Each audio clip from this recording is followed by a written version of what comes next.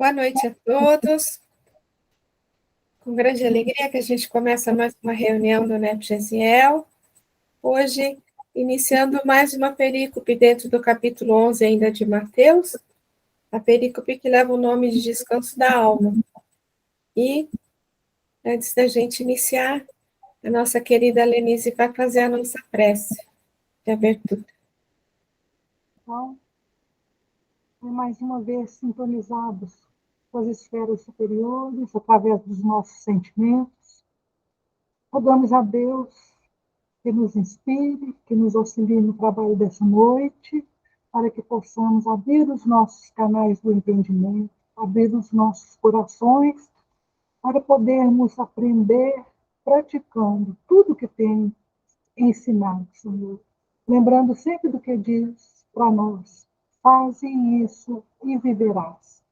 Então, rogamos força, rogamos coragem, rogamos humildade, rogamos esperança também, para que todos nós, encarnados aqui nesse planeta, possamos de verdade aproveitar os teus ensinamentos, auxiliando aqueles que necessitam ainda mais do que nós, que sejamos mais humanos ao atendermos aos mais necessitados ainda do que nós, para que possamos de verdade, Senhor, sentir a tua felicidade e o teu amor. Que Jesus nos abençoe, nos ilumine, para que possamos, cada dia, refletir os teus ensinamentos no nosso dia a dia. Assim seja. Assim seja, graças a Deus. Espera aí, deixa eu ver aqui.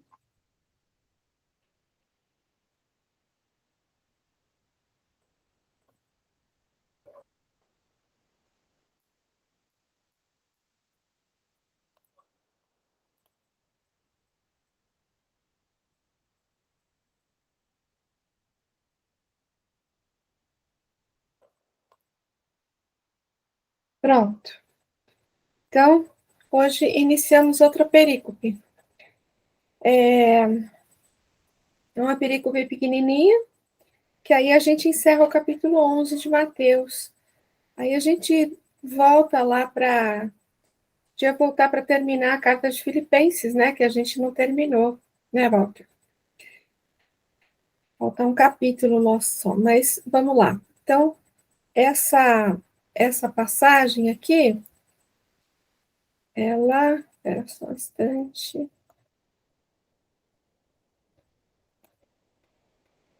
Então, vamos ler toda, né? Depois a gente tem uma noção do todo aqui, né?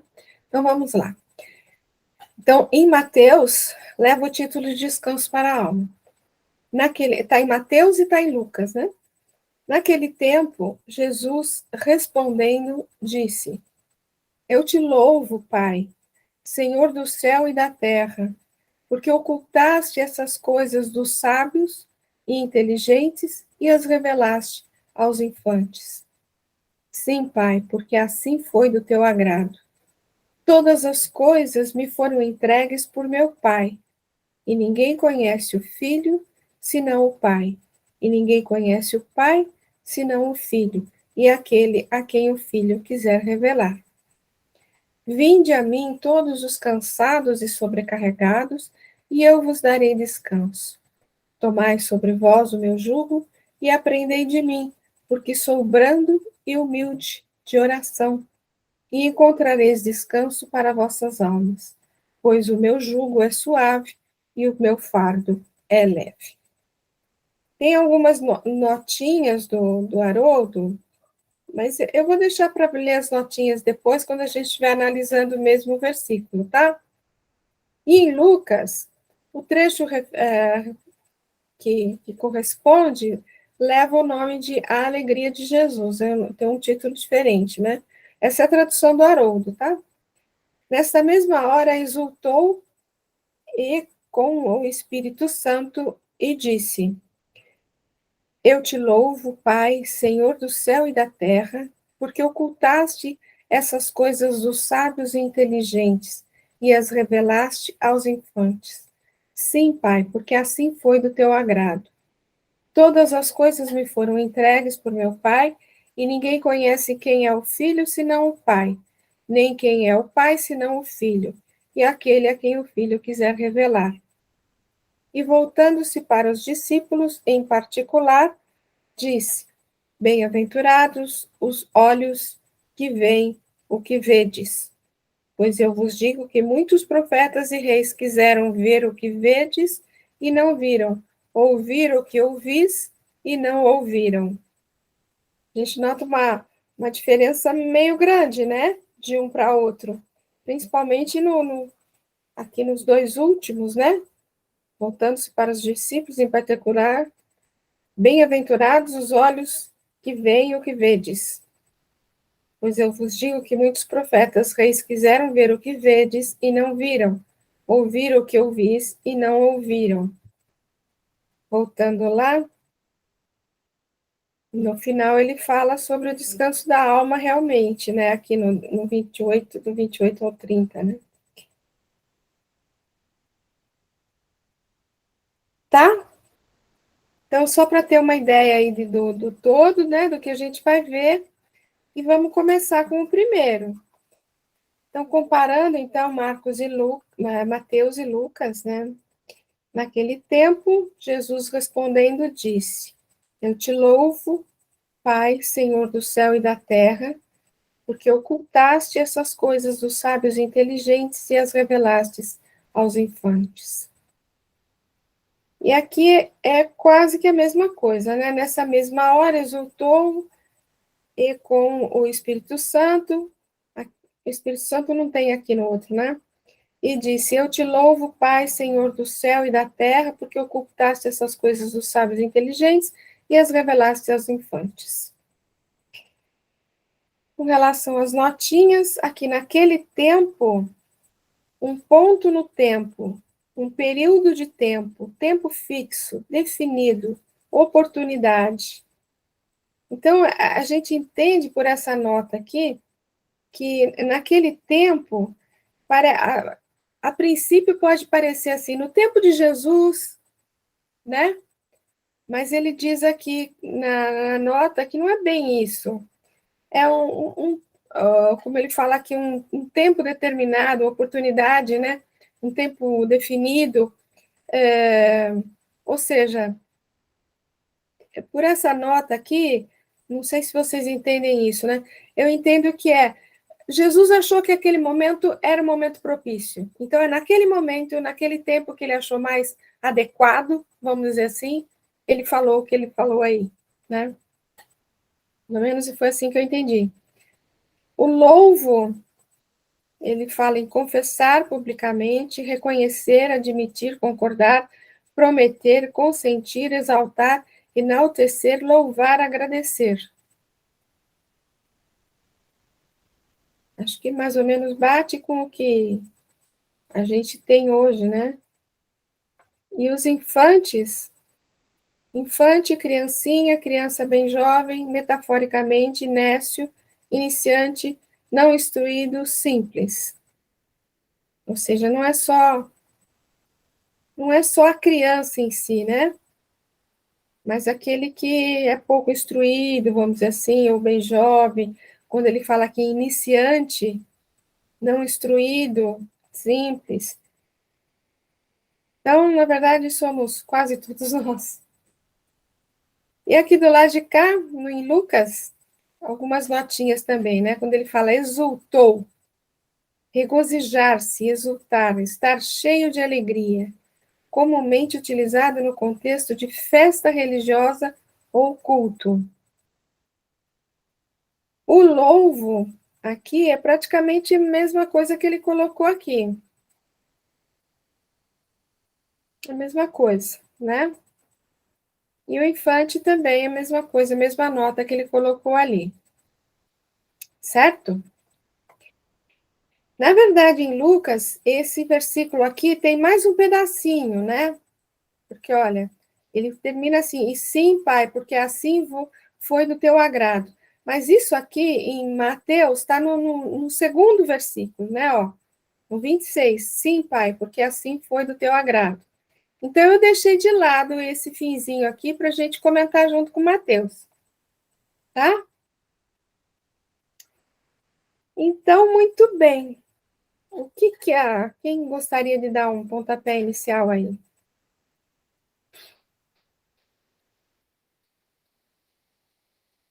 Naquele tempo, Jesus respondendo disse: Eu te louvo, Pai, Senhor do céu e da terra, porque ocultaste essas coisas dos sábios e inteligentes e as revelaste aos infantes. E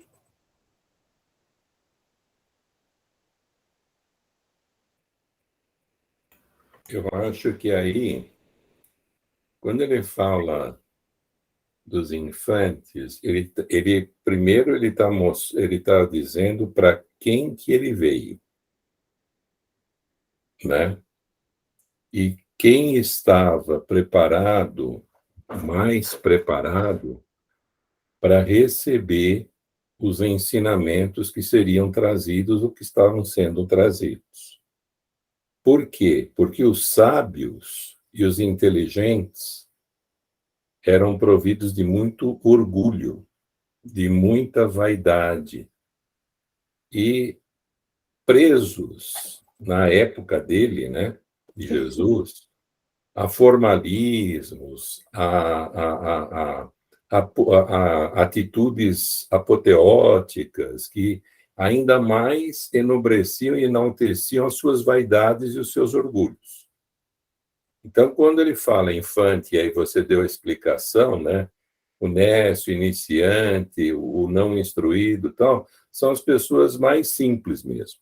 São os espíritos mais simples, que estavam provavelmente mais preparados para ouvir o que ele ia dizer, o que ele ia ensinar, né? Que talvez não tivessem tão afetados pelo orgulho, pela vaidade, pelo poder que alguns outros tinham na época. Pelo menos é isso que eu consegui entender daí. E louvar é aquela história da louvar a Deus é aquela história, o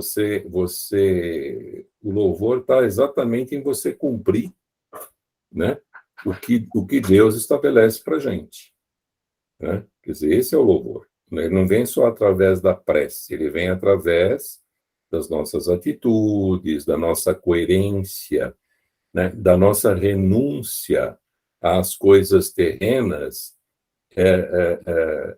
em atenção às coisas que são do céu, às coisas perenes. Então, é mais ou menos isso. maravilha, Walter, maravilha, obrigado. O Zezé tinha aberto o microfone, você queria falar alguma coisa, Zé?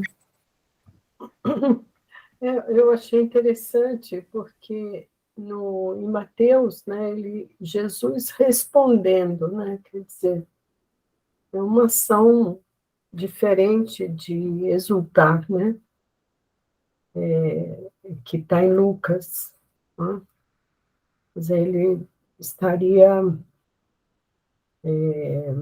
assim, feliz, né, com alegria, né, colocando esse sentimento, né. Agora, o sentido desse Pai, Senhor do céu e da terra, porque ocultaste essas coisas dos sábios e inteligentes, é aquela questão, né, como o Walter colocou, né, porque naquela época, né, quer dizer, a propósito naquele tempo, né, tinha os sacerdotes, né, que eram, vamos dizer assim, a autoridade mais eminente, né, com o poder, como o Aloysio coloca, né, não, foi o Haroldo, ele fala, eles tinham o poder eles julgavam, era um poder religioso e era um poder também de juízes, né? Eles julgavam e prendiam, como eles fizeram com Jesus, né? E, no caso, eles eram ligados a, vamos dizer assim, apesar da posição de sabedoria, de inteligência, porque eles detinham a cultura, né? Todo o saber religioso, no sentido intelectual, né? E, no entanto, eles não conseguiam sentir nem perceber as revelações que Jesus trazia, que foram percebidas, sentidas por esses corações simples, né? Que fala aqui dos infantes, né? Quer dizer, aqueles que realmente, a princípio, não teriam capacidade mas o que estava em questão não é a questão intelectual, mas espiritual, né? Que essa capacidade depende da questão cultural, né? Quer dizer, eu navego mais ou menos por aí. Agora, no contexto, a gente fica assim, né? Jesus respondendo a quem? É a pergunta que eu faço. Essa questão, esse detalhe aí é muito interessante, né? Porque em várias passagens fala depois daquilo, respondendo tal, mas na passagem anterior você vê o que aconteceu, né? E por que ele falou aquilo, por que ele respondeu tal, né? E aqui não tem. Aqui não tem. Aqui não tem. A passagem anterior que a gente viu né, não tem nada a ver com isso, que era o julgamento das cidades do lago, né? Não tem nada, não tem nenhuma pergunta feita, né? Então, é como se ele tivesse respondendo ou falando para nós, né? Porque tudo que ele fala, tudo que tem no Evangelho é direcionado para nós, né? Então, é interessante isso. Tem até um comentário mais para frente, eu não vou entrar muito em detalhe, porque tem um comentário do Honório a respeito disso daí, né? Agora, tem uma historinha que eu ouvi, até eu acho que foi o Luísio mesmo que contou, que vem de encontro com isso aí, né? Que é uma historinha rabínica lá, que diz que uma pessoa que já tinha estudado muito, tal, né? Foi procurar um rabino muito famoso, na época, assim, né? Que era como se fosse o maior conhecedor da Torá, tal, né? Então, ele foi procurar esse rabino para ampliar o seu conhecimento, né? Então, ele chegou lá e falou para o rabino que ele queria que o rabino passasse para ele todo o conhecimento que ele tinha da Torá, né? Para acrescentar o conhecimento dele, né? E no momento que o rabino ia começar a falar assim, ele falou: não, espera um pouquinho. Primeiro, eu vou te falar tudo que eu sei, né? Vou falar tudo que eu sei, e depois que eu falar tudo que eu sei, aí você me acrescenta o que me falta, né? Então, disse que começou a falar, falou, disse que falou horas, tudo que ele achava que ele sabia, né? E me disse que falou um tempão, né? Aí, depois que ele terminou, então o rabino falou para ele assim: tá bom, então vamos lá, vamos tomar um chá? E aí eu vou a gente vai conversando, né?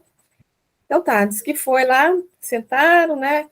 E disse que ele pôs a xícara, né, para a pessoa, né? Para esse suposto aprendiz, né? E começou a despejar a água quente, né? Para o chá. E começou a despejar, e a xícara encheu e transbordou, e ele continuou despejando, né? E o cara falou: mas, Rabino, você não está vendo o que você está fazendo aqui? Está derramando tudo, né? E ele continuou despejando tudo, até acabar a água da vasilha lá de chaleirinha, sei lá o que era aquilo, né? E fala assim: então, meu filho, num copo que já está completo, não há como colocar mais alguma coisa. não coloco num copo que está cheio, né? Então, é assim, a ideia daqueles sábios inteligentes, tanto como o Walter falou, como o Zezé falou, né? Eram pessoas que se admitiam o dono de todo o conhecimento, né? E para admitir que poderiam receber alguma coisa, como falou o Walter, a vaidade, o orgulho, não permitiam que recebesse alguma coisa. Então, eles ouviam as coisas E aí vem a história do Nicodemos, né, que é um exemplo clássico disso, né, que, que ele vai perguntar para Jesus, Jesus fala para ele, e ele não entende nada, né, e és mestre em Israel e não entende, não sabes essas coisas, né, e quer ver, então tem até um pedacinho, tem a lição do Nicodemos no Boa Nova, né, mas eu não vou ler todo, não coloquei toda aqui, porque é bem longa, acho que todos vocês já conhecem, né? Mas coloquei só um pedacinho aqui, ó, está no começo do capítulo. O mestre nunca perdeu o ensejo de esclarecer as situações mais difíceis com a luz da verdade que a sua palavra divina trazia ao pensamento do mundo. Grande número de doutores, no entanto, né, não conseguiam ocultar o seu descontentamento, porque, não obstante suas atividades derrotistas, continuavam as ações generosas de Jesus beneficiando os aflitos e os sofredores. Discutiam-se os novos princípios no grande templo de Jerusalém, nas praças públicas e nas sinagogas. Agora, os mais humildes e pobres viam no Messias o emissário de Deus, cujas mãos repartiam em abundância os bens da paz e da consolação. As personalidades importantes temiam-no, achavam que ele era um revolucionário, que ele ia trazer problemas, né? Então, as personalidades mais importantes que eram o quê? Os doutos, né? Os doutores, os sacerdotes, aqueles lá. E bem mais para baixo, né, bem no final, o mestre falando para o Nicodemos, né? Primeiro de tudo, Nicodemos, não basta que tenhas vivido a interpretar a lei, porque era o que eles faziam, né? Eles ficavam lendo, interpretando e criando regras, né? Como a Zezé comentou. Antes de raciocinar sobre as suas disposições, deverias ter-lhe sentido os textos, né? Quer dizer, é o que depois Paulo vai falar, né? É tirar o espírito da letra, né? Mas o caso do Nicodemos é um exemplo bem clássico disso, né? De, de um doutor da lei, de um sábio, um inteligente, né? Que tenta, depois mais para frente ele vai entendendo melhor, né? Mas é um exemplo típico que a gente tem aí na literatura espírita, de um sábio inteligente que não consegue entender, não conseguiu receber a mensagem do Cristo, né? Ele sai, ele sai dali talvez daquela conversa talvez pior do que entrou, porque ele sai com o maior ponto de interrogação na cabeça, né? Ele sai sem entender realmente nada, né? E com relação ao que você falou, Zezé Aldo, respondendo, porque lá no Luz Imperecível, né? Ele comenta esse versículo que a gente está vendo, né? E ele vai fazendo aos poucos, né? Ele vê os pedacinhos, vai comentando os pedacinhos, né? Então, com relação ao respondendo, né? Ele diz assim, ó, Jesus estava presente materialmente falando. Hoje, ele continua junto de nós, através dos seus emissários. Por isso, não nos deve ocorrer a ausência de entusiasmo, afirmando que, naquele tempo, tudo era diferente. Existem determinadas circunstâncias e condições decorrentes de estímulos e interesses que definem aquele tempo propício a que o conhecimento nos chegue. Espera aí, alguém chegou aí. A Cleusa.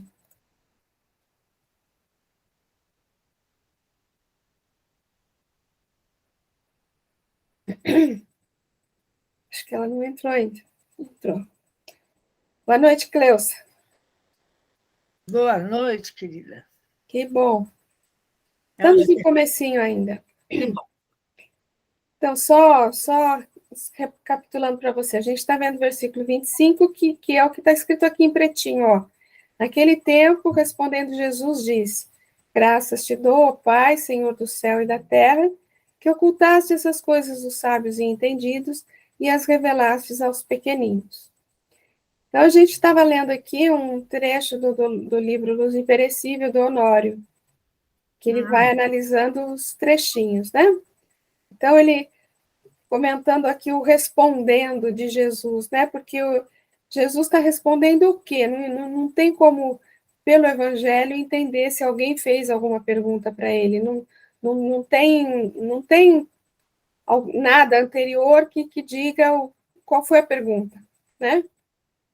Então, eu vou ler de novo aqui, já que você chegou, né? Jesus estava presente materialmente falando. Hoje ele continua junto de nós através dos seus emissários. Por isso, não nos deve ocorrer a ausência de entusiasmo, afirmando que, naquele tempo, tudo era diferente. Existem determinadas circunstâncias e condições decorrentes de estímulos e interesses que definem aquele tempo propício a que o conhecimento nos chegue e permaneça gravado para sempre. Então, como a gente comentou a respeito, com relação até àquela nota que o Haroldo coloca aqui, né? Ó, com relação a naquele tempo, um ponto no tempo, um período de tempo fixo, definido, oportunidade. Quando ele coloca aqui oportunidade, vem de encontro com o que ele está aqui, colocando aqui, né? Seria um tempo propício para que o conhecimento chegue para nós. E permaneça gravado, né? Porque não adianta ele chegar e a gente não assimilar e não gravar, né? Então, só continuando essa explicação dele. Jesus só deixou sem resposta Pilatos, quando este lhe perguntou o que era verdade. Mesmo assim, o seu silêncio foi a melhor resposta, já que os nossos pedidos e indagações ao Mestre são sempre atendidos. Segundo orientamos a existência, a vida nos responde. E se a orientamos no rumo do amor, a resposta é sempre em forma de sabedoria, de libertação. Quando Jesus fala, retrata para o nosso entendimento os elementos mais justos e mais nobres de que carecemos. A sua palavra é sempre a verdade que ele canaliza, segundo a nossa capacidade de percepção. E à medida que a acionamos, evidenciamos o fato de tê-la assimilado. Estaremos com Jesus sempre que falarmos o que é verdadeiro, bom e útil. O que dissermos, portanto, deve ter conteúdo e significação. Alguém quer comentar alguma coisa? Quando ele fala aqui em tempo propício, gente, né, para que o conhecimento chegue e permaneça gravado, é assim, na medida que a gente, eu acredito que na medida que a gente vai crescendo espiritualmente, a gente vai abrindo mais o nosso coração e a nossa percepção para assimilar um pouco mais ainda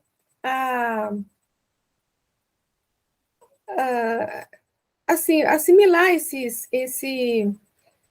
conhecimento que chega, né? Esse conhecimento aqui que nos chega. Então, assim, na verdade, o tempo propício é um tempo propício de cada um, à medida da nossa percepção, da nossa capacidade de percepção, eu digo. E a nossa capacidade de percepção, ela sempre é ampliada à medida que a gente vai crescendo um bocadinho. Pelo menos é assim que eu entendo. Algum comentário desse pedacinho? Ups. O que aconteceu? Eu não sei. Deu chute.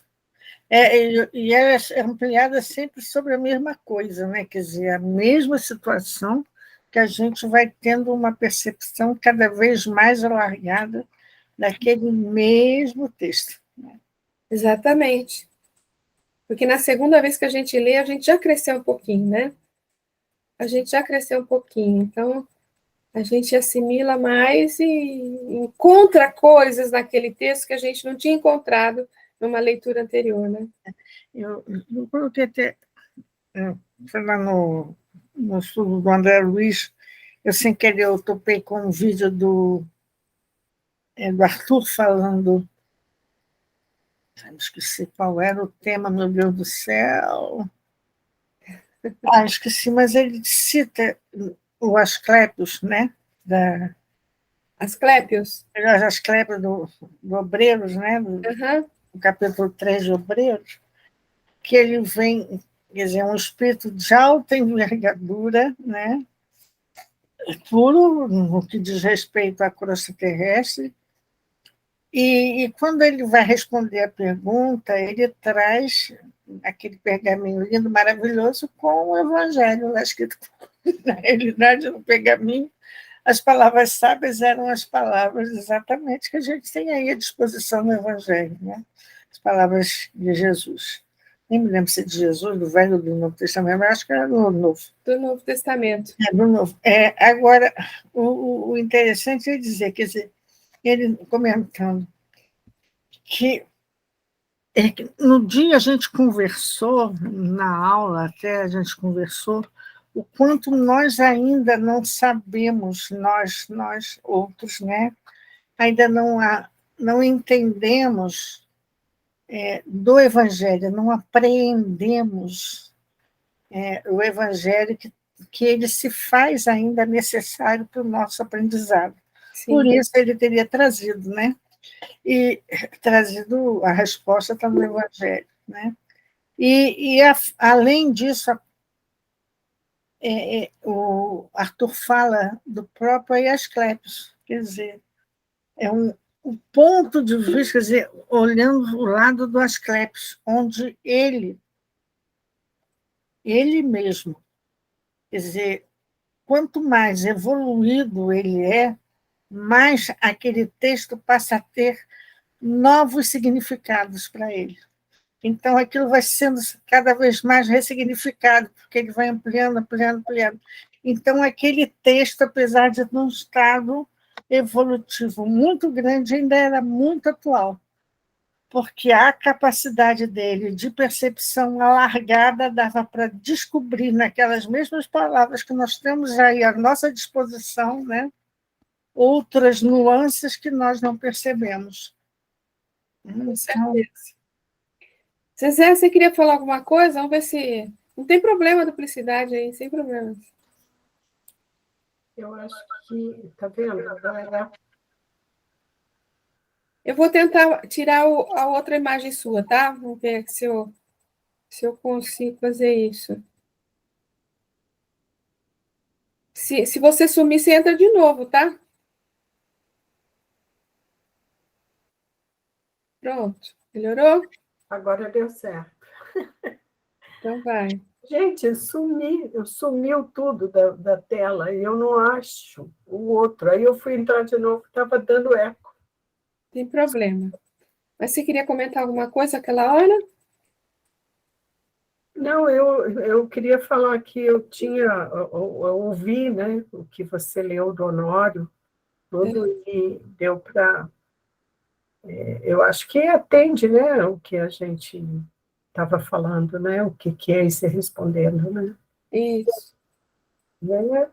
Ele respondendo mesmo, né, até hoje. Ele está respondendo até hoje, né? Isso aí.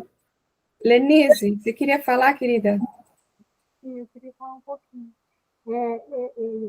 Como a vaidade ela obstrui, às vezes, o nosso aprendizado, então, para que a gente perceba esse momento propício de amadurecimento, precisa de simplicidade.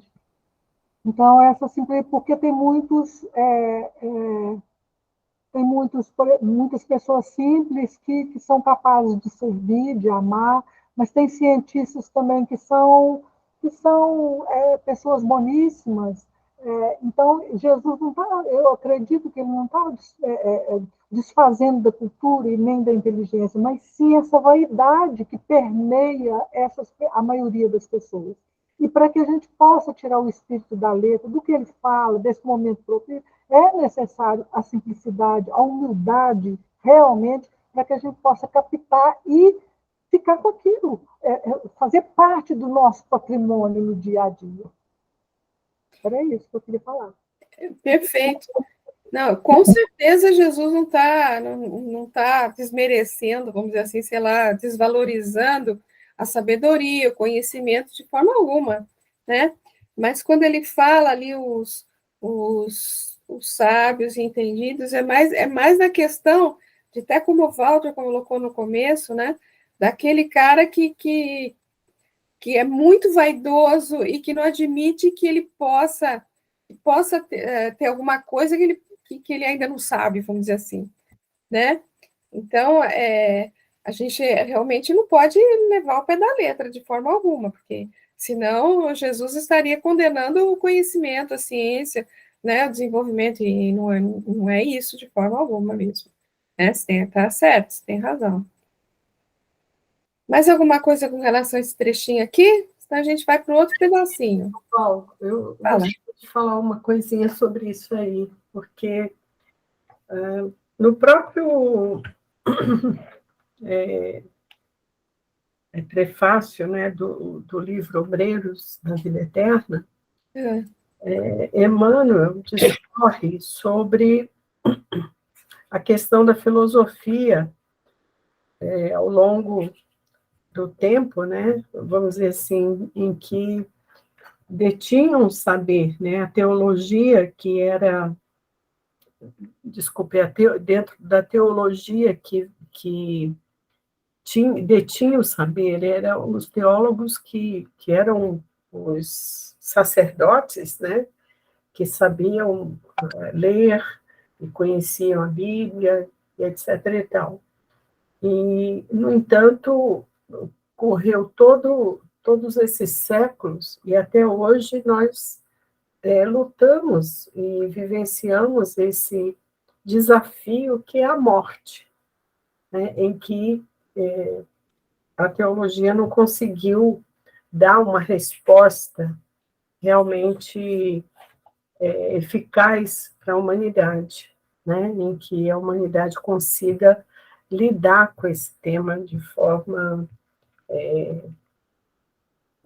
vamos dizer assim, real, né, espiritualizada e tudo mais. E isso causou enormes prejuízos, né, à humanidade com relação a isso, né, no desenvolvimento do medo, do misticismo, etc. E tal. E isso se dá também com outras ciências, porque, claro que Jesus não vamos dizer assim, está se desfazendo dos sábios, né? Uhum. Mas dos intelectuais e tudo mais, que nós sabemos que da importância, né, do saber, né, que nós precisamos das duas asas da sabedoria e do amor, tal. Mas, ainda nos dias de hoje, nós vivenciamos uma intelectualidade que se distancia da espiritualidade, né? No geral, quando a gente pensa assim nos intelectuais, normalmente acham que as pessoas que têm uma religião ou que se dedicam a uma religião são simplórias, né? Não têm sabedoria, e etc. e tal, porque acham que a ciência por si só dá conta da vida, que as respostas da vida estão somente na ciência. E, no entanto, a gente sabe que isso não é real, né? Então, essa vaidade, esse orgulho que muitas vezes está, vamos dizer assim, vestido de uma intelectualidade, seja em que área for, né, que é perigoso, né? de uma forma que não consegue, né? Acha que só a resposta da vida está somente na ciência. E isso também é outro extremo, né? Exatamente, Zezé. E, inclusive, no Evangelho segundo o Espiritismo, deixa eu até procurar aqui, acho que é na introdução, né, que tem um texto que Emmanuel, imagina, que o Kardec coloca, que é a ciência e a religião. Eu não estou achando aqui, não estou lembrando direito onde é que está. Aqui não, né, no primeiro capítulo, achei que era na introdução. É a aliança da ciência com a religião. Então, ele analisa o quanto que as duas têm que caminhar juntos, e que ele fala que no final, realmente, as duas vão caminhar juntos, né? Mas tem muita coisa, ele coloca aqui, que muitas coisas que a ciência não resolve, vamos dizer assim, por conta de não aceitar a questão religiosa, a questão espiritual, né? É um texto muito interessante, tá? É no primeiro capítulo mesmo do Evangelho segundo o Espiritismo, a aliança da ciência com a religião. É muito legal aí de ler aí, com relação a isso, tá? Mas vamos prosseguir aqui com o texto ainda do Honório, tá? Então, quando ele fala do graças te dou, ó Pai, Jesus rendia graças à sabedoria do Pai, e a sua prece envolvia gratidão a Deus, porque parece como se Jesus estivesse falando com Deus ali, né? Graça te dou, ó Pai, ou seja, ele tá fazendo uma oração, né? Então, é uma súplica de recurso através de seus pensamentos, palavras e ações. Ao orar, deixava-nos entrever a necessidade de adotar o hábito da oração. Até aí, acho que tudo bem, né? Senhor do céu e da terra, às vezes, por nos faltar a fé esclarecida, julgamos que os homens são senhores disso ou daquilo. Em verdade, somente há um Senhor, do céu e da terra, cujos desígnios são superiores aos desejos humanos. Ao cumprir os seus desígnios divinos, estaremos assegurando a condição de senhores, usufruindo da harmonia e da felicidade, passíveis, no entanto, de serem perdidas quando, fazendo valer a vontade pessoal, nos submetemos à escravização pelas viciações que ainda alimentamos. Céu é a referência didática a nos mostrar os valores contidos no infinito e na eternidade. Ainda não alcançamos, e para cuja direção devemos nos dirigir sob a égide do próprio Criador. Terra é o laboratório experimental e fixador das experiências que se abrem ao alcance do espírito. No plano objetivo, é o terreno abençoado das relações. Dentro de nós, o solo do coração, onde temos semeado ou deixado de semear nos trâmites da existência. Achei muito lindo ele falar aqui, ó, Terra é o laboratório experimental e fixador das experiências que se abrem ao alcance do espírito. Ou seja, tudo que está aqui, que às vezes a gente se acha senhor, né? Acha dono, entre aspas, né? É material didático de Deus para fazer a gente aprender, para a gente ter experiências. Ele fala que fixador das experiências, né? Para a gente ter experiências, para a gente ir crescendo, para a gente... material didático, né? A criança tem o lápis, a borracha, a caneta, a régua, o caderninho, o brinquedo, sei lá, alguma coisa. Nós temos todas essas coisas que estão à nossa volta aqui, né? A casa, a família, o trabalho, a casa espírita ou a igreja católica, evangélica, sei lá, os amigos, os vizinhos, tudo que está à nossa volta, né?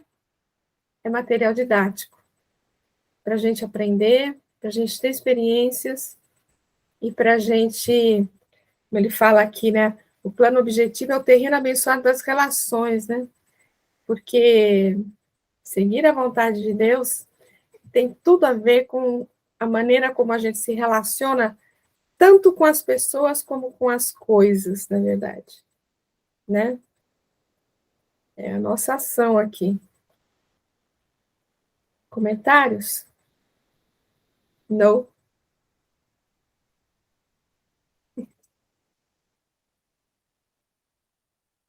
Sem comentários. Passamos para frente, vamos lá. Ocultaste essas coisas. Na realidade, Deus nada oculta de ninguém.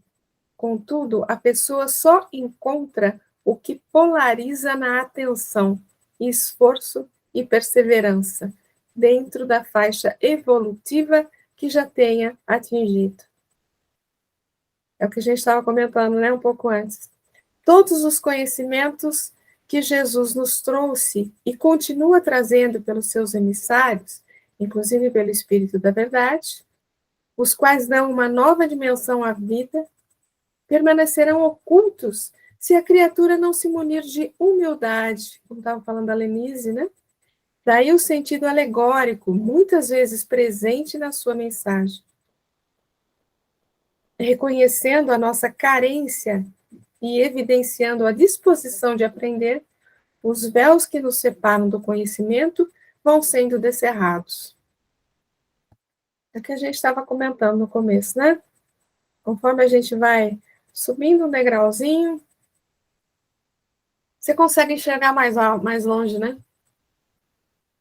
É aquela alegoria do Kardec, né? Que ele fala de quem está no alto no morro e de quem está embaixo do morro, né?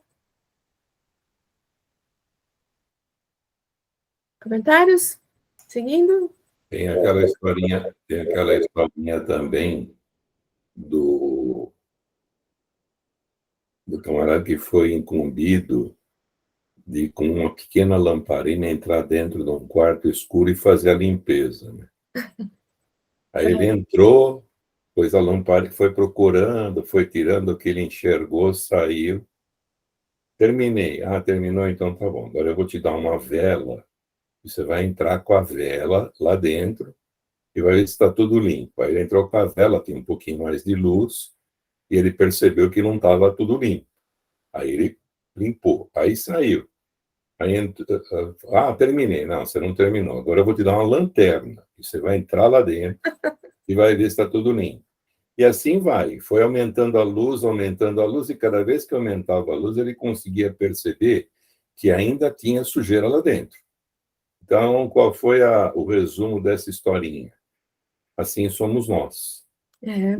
Na medida em que você vai ganhando mais luz, e isso vem através do conhecimento, do desenvolvimento das virtudes, né, da renúncia às coisas transitórias, etc., essa autoiluminação vai fazendo você perceber cada vez mais as suas imperfeições, né, e a necessidade de você se desfazer delas. E na medida que se avança, as imperfeições vão ficando mais claras, vão aparecendo, etc.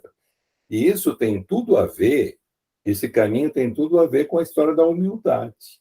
Né? Aquele que tem humildade, aquele que procura praticar, embora ela seja uma das últimas virtudes a serem conquistadas, ela está lá no final, né? Você, te ajuda muito. Né? Quer dizer, por quê? Porque não te impede de enxergar, de acordo com a luz que você tem, né?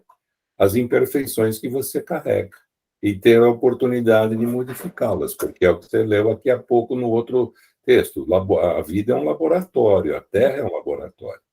Então, estamos aqui para, usando dessas experiências, a gente melhorar. Né? Então, acho que eu me lembrei dessa historinha aí, da iluminação, né? Porque é a nossa autoiluminação. Perfeito, Walter, muito bom, obrigada. Tem tudo a ver, né? Só aos sábios entendidos aqui, vamos ver. Os homens se acham divididos no conceito que fazem de si mesmos. Uns se têm como entendidos em tudo, nada precisam de aprender. Outros vivem famintos e sedentos de aprendizado. A verdadeira sabedoria consiste em conhecer e exemplificar, conquistando a paz e a felicidade possíveis. Quem se julga sábio entroniza a própria ignorância. Olha que doido. Quem se tem como entendido e inteligente limita a própria perspicácia. É como se fechasse num quarto, olvidando o sol, as belezas que existem lá fora. E se alguém cuida saber alguma coisa, ainda não sabe como convém saber. Está em Coríntios. Se pegarmos um objeto qualquer e formos nos interrogando acerca dele, em minutos constataremos nossa extensa e profunda ignorância. E se trata apenas de uma coisa material, palpável, e as coisas espirituais.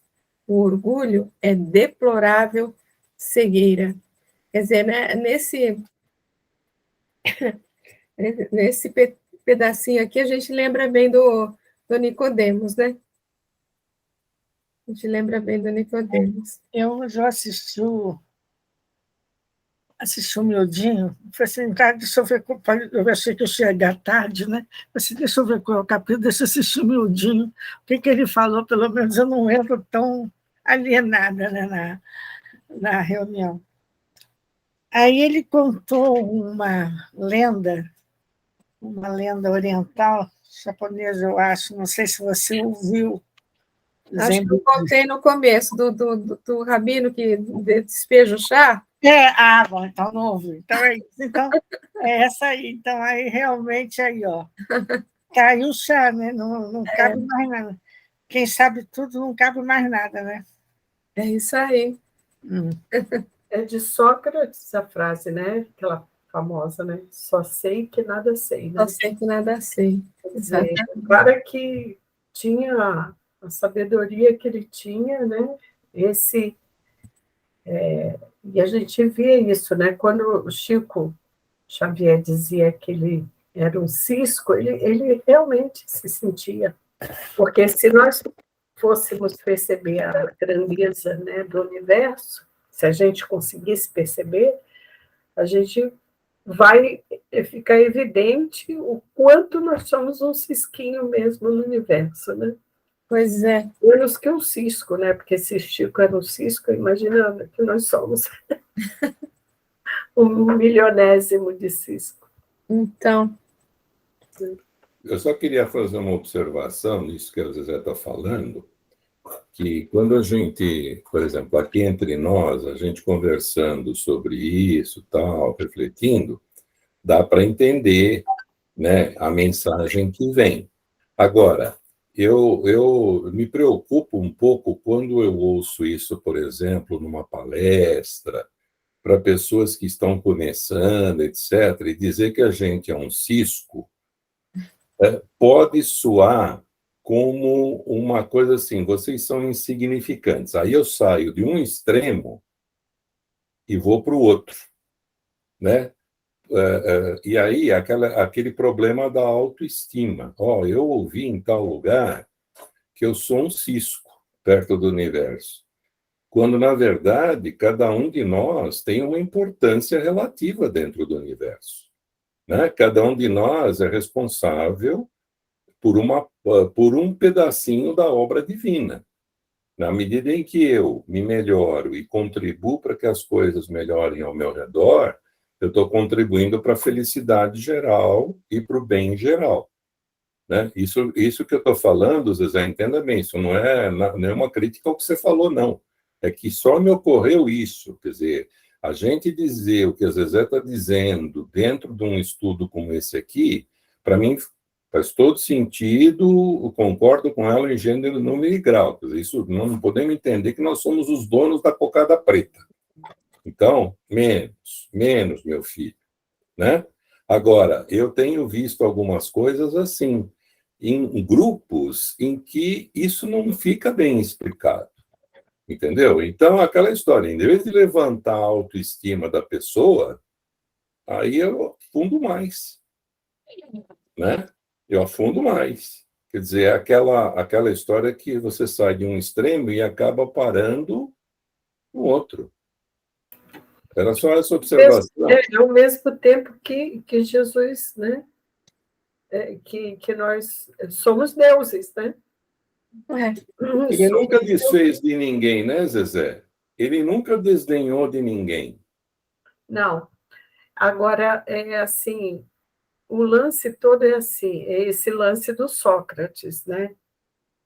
Ele procurava sabedoria, porque ele sinceramente achava que ele queria encontrar luz, né?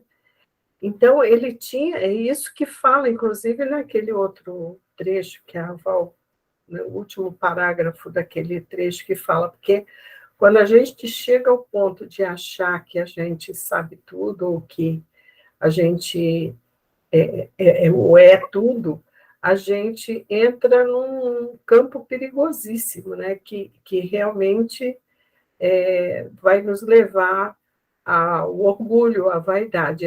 É uma exaltação, né? Acho que é mais para frente, Val.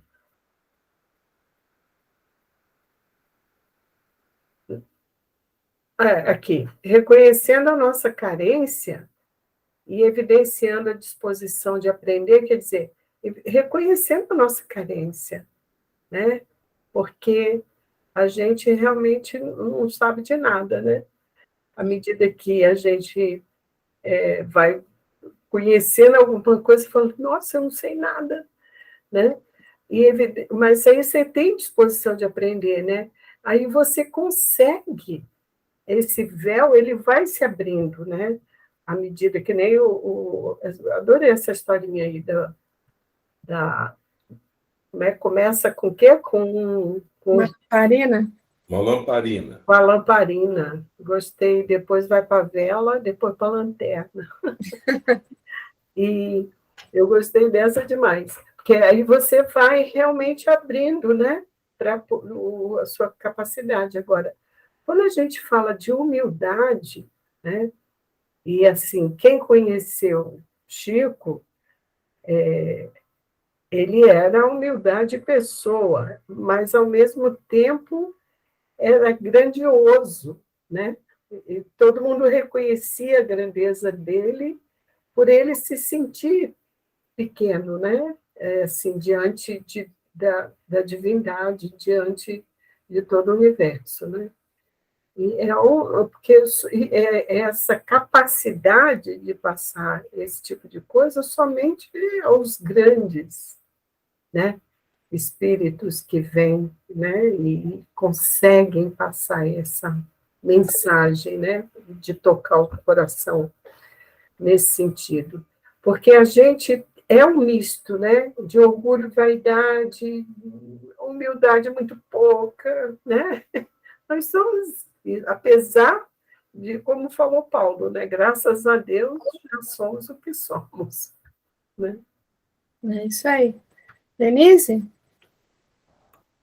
Só assim, um comentário breve. A vaidade ela nos coloca maior que nós somos. E as próprias pessoas vão te induzindo a isso. Às vezes você faz um comentário, por exemplo, de um estudo do Evangelho na Casa Espírita. Pronto, aí você pesquisa aqui, pesquisa ali, e a gente leva algumas informações e a pessoa, nossa, mas você sabe demais, mas você é demais, nossa, quanto conhecimento e tal, e vai. Isso vai, se a gente não tiver uma vigilância, é o que acontece, na medida que a gente vai adquirindo os conhecimentos, a gente não vai retendo, porque o orgulho vai inchando e não tem como a gente fazer essa aplicação em nós. A gente vai se considerando maior do que é. Daí a importância de entender o que a Zezé acabou de falar, né? Para nós, como ele também explicou direitinho ali, eu também entendi perfeitamente o que ele está falando, e vale muito, mas daí a importância da gente se situar diante da grandeza do universo, diante da grandeza daquilo que temos recebido. Às vezes, por quê? Porque o conhecimento ou a inteligência e o amor são as duas asas, então a gente tem que ir conseguindo levar esses dois juntos à medida que a gente vai adquirindo esse conhecimento, mesmo porque se a gente não adquiriu conhecimento, a gente não consegue aplicar, porque não sabe. Então, ele vai chegando para nós, mas se não tivermos a vigilância necessária e não nos incharmos de vaidade, de ciência e tudo mais, vai faltar a parte que é do amor, que é do sentimento, da humildade, para que isso possa, de verdade, caminhar junto um com o outro. Isso aí. A vigilância realmente ela tem que estar presente, né, em todos os nossos momentos aí. Mas deixando os sábios de lado, vamos ver o que ele fala sobre os pequeninos aqui. Revelaste aos pequeninos. Quando em estado receptivo, vamos descobrindo, aprendendo paulativamente. É a dinâmica do aprendizado. Desde os primeiros movimentos do ser, na área mental, inicia-se o regime inestancável das revelações. A sabedoria divina apresenta uma vasta gama de caracteres a extrapolar em muito a capacidade assimilativa de cada um. Quanto à amplitude das concessões em comparação com nossas parcas possibilidades de tudo recolher, já afiançava o evangelista, pois não lhe dá Deus o Espírito por medida. Espiritualmente pequeninos são os humildes, necessitados das coisas que Jesus está nos trazendo. Os outros estão satisfeitos com o que vem, sem nem ao menos vislumbrar o que experimentar. São aqueles que se consideram crescidos adultos. Falando aos enviados de João, Jesus diz, porque essa perícope vem depois daquela que ele está falando de João, né, de João Batista. Jesus diz, e aos pobres é anunciado o evangelho. Embora anunciado aos quatro ventos, só ouve a mensagem da boa nova quem dela tem ou experimenta interesse, os que se constatam pequenos. Um gravador com microfone ligado numa sala registra todos os ruídos. Entretanto, no mesmo recinto, à medida que concentramos nossa ação em determinado motivo, só isso ouvimos. O menino também é assim, capta tudo com facilidade, vive a vida em plenitude. Confia em seu pai, mantém curiosidade e interesse de aprender. Recomeça um brinquedo quantas vezes forem necessárias. É espontâneo e não guarda ódios, porque não somos o que somos, porém, o que desejamos parecer que somos. É que colocamos uma série de obstáculos entre nós e a verdade de que tanto precisamos para vivermos bem e sermos felizes. Então, ele fala da criança, na verdade, né? Que a criança é aquela coisinha que quer ver tudo, quer experimentar tudo, leva tudo na boca. Tem a fase da oral, né? Que ele para conhecer as coisas, ele leva tudo na boca, depois ele quer pôr a mão em tudo. Então, é aquela curiosidade, aquele interesse de conhecer tudo, né? E vamos dizer, esse interesse, essa curiosidade de aprender, que devia estar presente na nossa vida toda, né? Não só enquanto criança. Alguém quer comentar, gente, alguma coisa aqui? Sem comentários. Sem comentários, passamos para um texto do irmão X. Nós temos uns textos um pouquinho longos, viu, gente? Mas, vamos lá. Ouvindo o mestre. Ele está falando de... Eu não peguei o texto todo, porque ele é muito longo, mas mesmo assim ele ficou longo, viu, gente? Desculpa. Admirador desassombrado, José de Arimateia não suportava a tentação de apresentá-los aos amigos prestigiosos e influentes. Não era o propósito propagandístico em sentido inferior que o animava em semelhantes impulsos. Desejava, no fundo, que todos conhecessem o mestre e o amassem, tanto quanto ele mesmo. Jesus, porém, se não deixava de atender aos irmãos... Só um minuto, gente. Jesus, porém, se não deixava de atender aos irmãos humildes que lhe traziam os filhos da necessidade e da desventura, não podia endossar os entusiasmos dos amigos que lhe traziam os filhos da fortuna e do poder.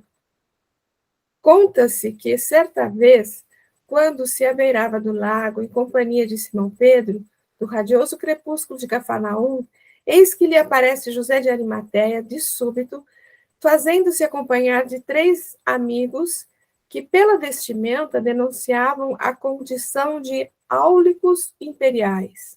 O prestimoso israelita adiantou-se e, depois de cumprimentar cordialmente o Messias, junto de Simão, apresentou-lhe os companheiros. Este é Pompônio Comodiano, patrício notável com funções de assessor no gabinete do prefeito dos pretonianos. Tem sob sua responsabilidade o interesse imediato de inúmeras famílias de servidores do império. E como se quisesse comover o Nazareno, continuava. Muitas criancinhas dependem de suas providências e pareceres. Jesus cumprimentou num gesto amigo e José passou a outro. Este é Flávio Graco Acúrcio, questor admirado e cuidadoso, que se responsabiliza por serviços financeiros, desempenhando igualmente funções de juiz criminal. Grandes trabalhos desenvolve no setor da autoridade administrativa, sendo obrigado a trabalho incessante como elevado servidor do bem público. O mestre repetiu a saudação e o amigo apresentou-lhe o último. Este é Quintiliano Agrícola, patrício ilustre, que desempenha as funções de legado do imperador em trânsito na província. Já prestou relevantes serviços em Aquitânia noutro tempo e agora dirige-se a Roma, onde prestará relatórios verbais do que observou entre nós, achando-se à frente de importantes responsabilidades referentes ao bem-estar coletivo. O mestre saudou e manteve-se em respeitoso silêncio. Os romanos, que tanto ouviram falar nos prodígios dele, guardavam-no sobre o olhar curioso e penetrante. Alguns minutos passaram, quer dizer, eles queriam algum sinal ali, alguma coisa acontecer, né? Alguns minutos passaram pesadíssimos, até que Pompônio esclareceu depois de alijar pequenina folha seca que o vento lhe depusera na túnica. É muito diferente dos outros magos, é grave e triste. Quer dizer, imaginou? Completamente diferente, né? Sim, acrescentou Acúrcio, minha feiticeira do esquilínio sente prazer quando lhe dirijo a palavra. Esse, porém, não justifica o renome. Na porta d'Óstia, aduziu Agrícola, pedante e sarcástico, temos o nosso adivinho que me oferece revelações e sinais. É um feiticeiro admirável. Faz-no predições absolutamente exatas e conhece todos os acontecimentos da nossa casa, embora se mantenha a grave distância. Não faz muito tempo descobriu o paradeiro das joias de Olúdia, que alguns escravos ladrões haviam depositado nos aquedutos. Movimentava-se a opinião dura e franca dos romanos dominadores, quando José de Arimateia, desejando uma explicação do Messias, interpelou-o em tom afável. Não tem o mestre algum sinal para os nossos amigos? Jesus fixou nos visitantes o olhar muito lúcido e respondeu. Já receberam eles o sinal da confiança do Pai, que lhes conferiu, por algum tempo, os cargos que ocupam. Olha que doido. Admirados com a inesperada resposta, os patrícios multiplicaram as perguntas. Queriam demonstrações sobrenaturais, desejavam maravilhas. O mestre, porém, depois de ouvi-los com sublime serenidade, ergueu a voz, que eles não ousaram interromper, e falou: Romanos, em verdade, há feiticeiros que fazem prodígios e magos que distraem os ócios dos homens indiferentes ao destino de sua própria alma. Eu, porém, não vos trago entretenimentos passageiros, e sim a solução de interesses eternos do espírito, que nunca morre. Para diversões e prazeres inúteis, tendes os vossos circos cheios de dançarinos e gladiadores. Se desejais, contudo, a revelação viva de que sou portador, examinai primeiramente até onde vos comprometereis com César, a fim de servirdes efetivamente a Deus. Em seguida, fez longa pausa e os circunstantes não cortaram, e concluiu. Em verdade, porém, vos afirmo que se cumprirdes desde agora os deveres referentes aos títulos com que vos apresentais, servindo conscientemente à justiça e atendendo aos interesses do bem público, na compreensão fiel das graves responsabilidades que assumistes, estareis com o Pai desde hoje, e o Pai estará com vós. Os presentes entreolharam-se espantados, e quando retomaram a palavra, o Messias Nazareno já se havia despedido de José de Arimateia e atravessara as águas do grande lago em companhia de Pedro, em busca de outra margem. Esse texto é fabuloso, né, gente? Ele é um pouco longo, tem outro até um pouco longo também, mas... José de Arimateia pode dar a mão pro Tomé, né? Não pode? Tadinho, mas Não é era o que... Tomé também que pedia para o mestre toda hora dar um sinal? O pessoal que estava ali em volta, mesma coisa. Isso aí é um pouco aquilo que a gente estava comentando agora há pouco. Todos nós temos uma importância dentro da obra da criação. E todos nós temos que fazer a nossa parte. Né? É o que ele fala aí para os três. Olha, vocês não ganharam esse cargo à toa. Né? O cargo traz uma responsabilidade não só com os homens, mas com você mesmo e com a eternidade. Quer dizer, se você cumprir bem, você fez sua parte. Se você não cumprir, distorcer o cumprimento, você perdeu a oportunidade. Né? É o que está aqui, né? Ó, já receberam eles o sinal da confiança do Pai. Que para você exercer um cargo assim, você tem a confiança do Pai realmente, né? Que lhe conferiu alguns cargos que ocupam. Então, mas isso é a história, né, Val? A gente anda tão muitas vezes, como é que se diz, encantados pela ilusão, que a gente precisa de coisas espetaculares para acreditar. E, na verdade, isso é sinal de que a gente não lê as coisas simples, né? A gente não consegue ler as coisas simples. A própria Cleusa falou agora há pouco, né? Como a gente ainda tem dificuldade de entender o Evangelho, como a gente ainda tem dificuldade de entender o quê? As coisas são simples, né? Porque nós somos simples. Né? Nós, como espírito, somos simples. Não é? Deus não nos criou simples e ignorantes. Certo. Nós somos simples. Né?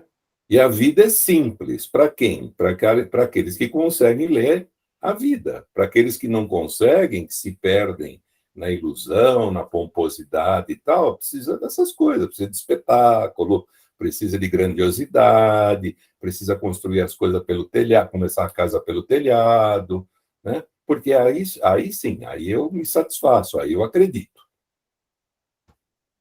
É isso aí. Gente, no Evangelho segundo o Espiritismo, no capítulo 7, ele comenta também esse versículo aqui, ó, tá? Pode parecer singular que Jesus renda graças a Deus por haver revelado essas coisas aos simples e aos pequenos, que são os pobres de espírito, e por as ter ocultado dos doutos e aos prudentes, mais aptos na aparência a compreendê-las. É que cumpre se entenda que os primeiros são os humildes, são os que se humilham diante de Deus e não se consideram superiores a toda a gente. O segundo são os orgulhosos, envaidecidos do seu saber mundano, os quais se julgam prudentes porque negam e tratam a Deus de igual para igual, quando não se recusam a admiti-lo, porquanto, na antiguidade, douto era sinônimo de sábio. Por isso é que Deus lhes deixa a pesquisa dos segredos da terra e revela os do céu aos simples e aos humildes que diante dele se prostram. Bonita Sarli. O mesmo se dá hoje com as grandes verdades que o Espiritismo revelou. Alguns incrédulos se admiram de que os espíritos são alguns incrédulos se admiram de que os espíritos tão poucos esforços façam para os convencer. Imagina só. A razão está em que estes últimos cuidam preferentemente dos que procuram de boa fé e com humildade a luz, do que aqueles que se supõem na posse de toda a luz e imaginam, talvez, que Deus deveria dar-se por muito feliz em atraí-los a si, provocando-lhes a sua existência. Provando-lhes, né, a sua existência. O poder de Deus se manifesta nas mais pequenas coisas, como nas maiores. Ele não põe a luz debaixo do alqueire, e por isso que a derrama em ondas por toda parte, de tal sorte que só cegos não a veem. E a esses não quer Deus abrir à força os olhos, dado que lhes apraz tê-los fechados. A paz deles chegará, mas é preciso que antes sintam as angústias das trevas e reconheçam que é a divindade e não o acaso quem lhes fere o orgulho. Para vencer a incredulidade, Deus emprega os meios mais convenientes conforme os indivíduos. Não é a incredulidade que compete prescrever-lhe o que deva fazer, nem lhe cabe dizer: se me queres convencer, tens de proceder dessa ou daquela maneira, em tal ocasião, não em tal outra, e não em tal outra, porque essa ocasião é a que mais me convém. Não se espantem, pois, os incrédulos de que nem Deus, nem os espíritos, que são os executores de sua vontade, se lhes submetam às exigências. Inquiram em si mesmos o que diriam se o último de seus servidores se lembrasse de lhes prescrever, fosse o que fosse. Deus impõe condições e não aceita as que lhe queiram impor. Escuta bondoso os que a ele se dirigem humildemente e não os que se julgam mais do que ele. Perguntar-se-á, não poderia Deus tocá-los pessoalmente no meio de manifestações retumbantes, diante das quais se inclinassem os mais obstinados incrédulos? É fora de toda dúvida o que poderia. Mas então, que mérito teriam eles, e ao demais, de que serviria? Não se vêem todos os dias criaturas que não cedem nem à evidência, chegando até dizer, ainda que eu visse, não acreditaria, porque sei que é impossível? Estes se negam-se, acho que está um equívoco aqui, se negam assim a reconhecer a verdade, é que ainda não trazem maduro o espírito para compreendê-la, nem o coração para senti-la. O orgulho é a catarata que lhes tolda a visão. Olha que coisa. De que vale apresentar a luz a um cego? Necessário é que antes se lhe destrua a causa do mal. Daí vem que, médico hábil, Deus primeiramente corrige o orgulho. Ele não deixa ao abandono aqueles de seus filhos que se acham perdidos, porquanto sabe que cedo ou tarde os olhos se lhes abrirão. Quer, porém, que isso se dê de moto próprio, quando vencidos pelos tormentos da incredulidade, eles venham de si mesmos lançar-se-lhe nos braços e pedir-lhe perdão, quais filhos pródigos.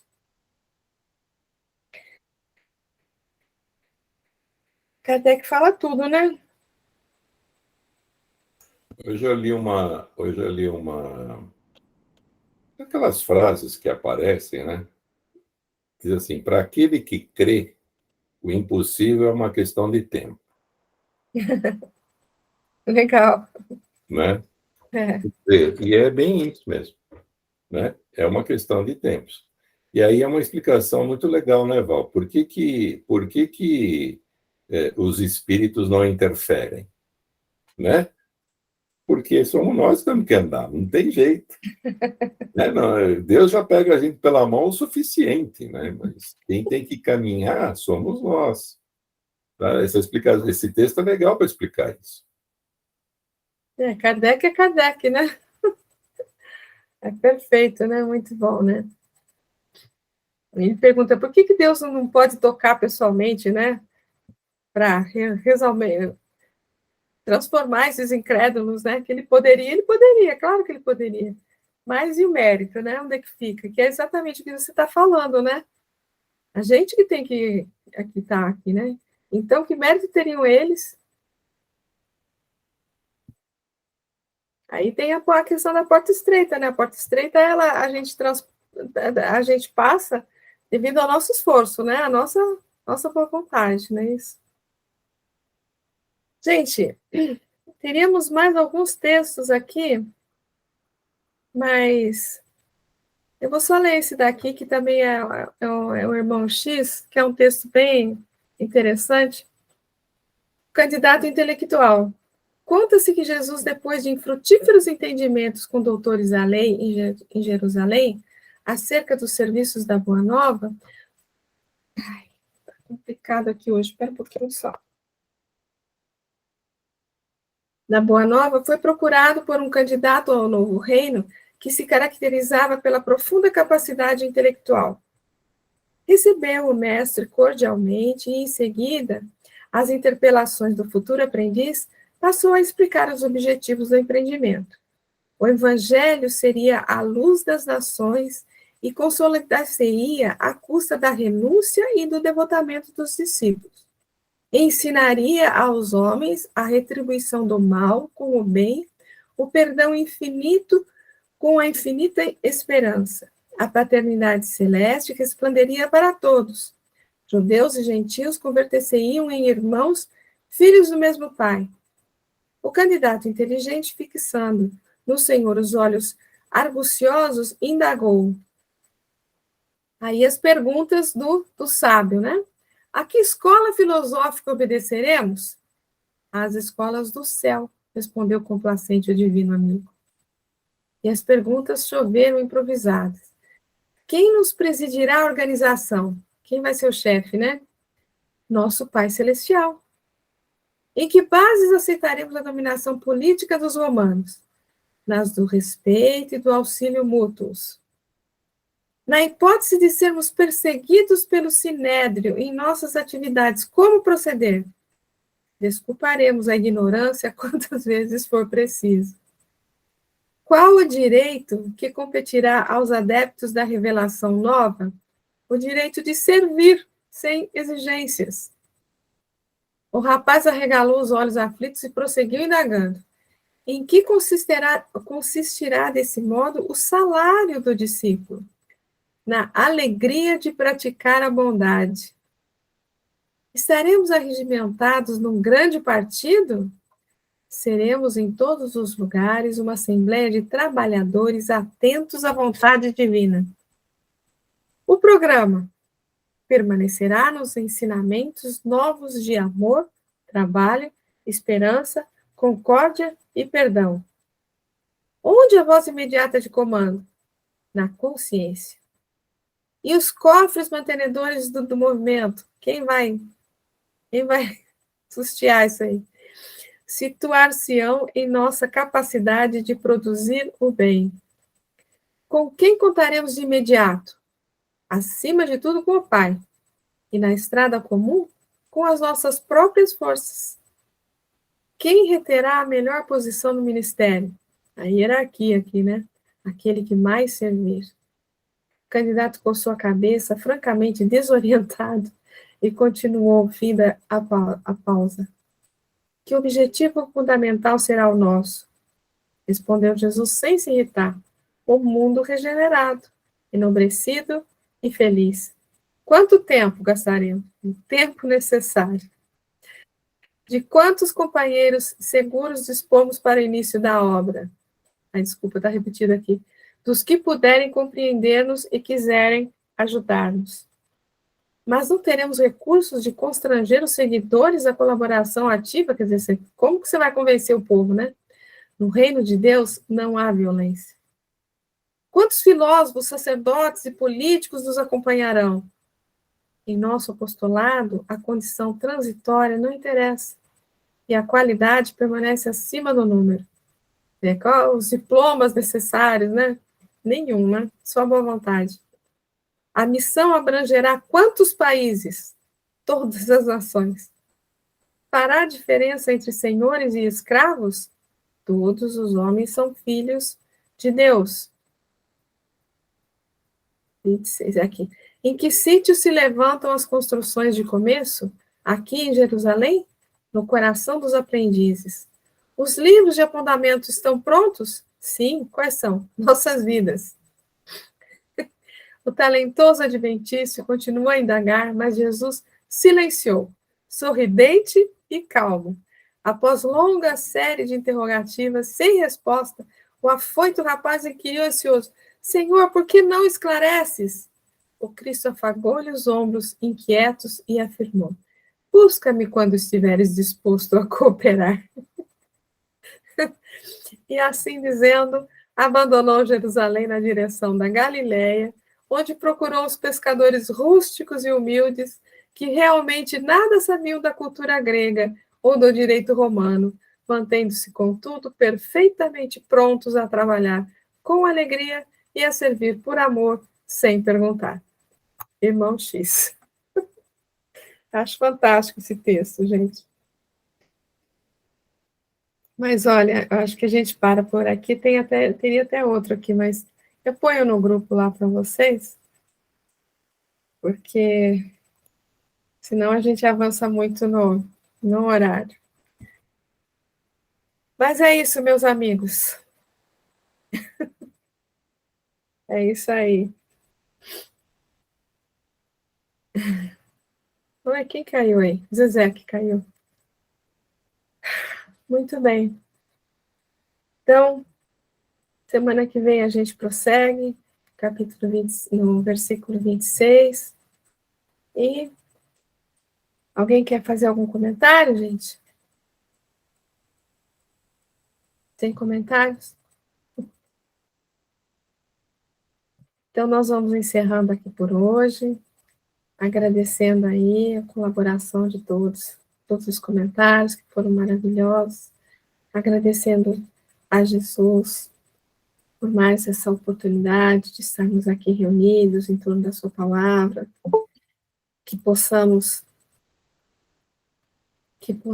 estar atentos e vigilantes para que o nosso coração possa estar sempre aberto a receber mais conhecimentos, mais orientação, para que possamos ter aí nossos passos firmes, sempre na direção do Cristo.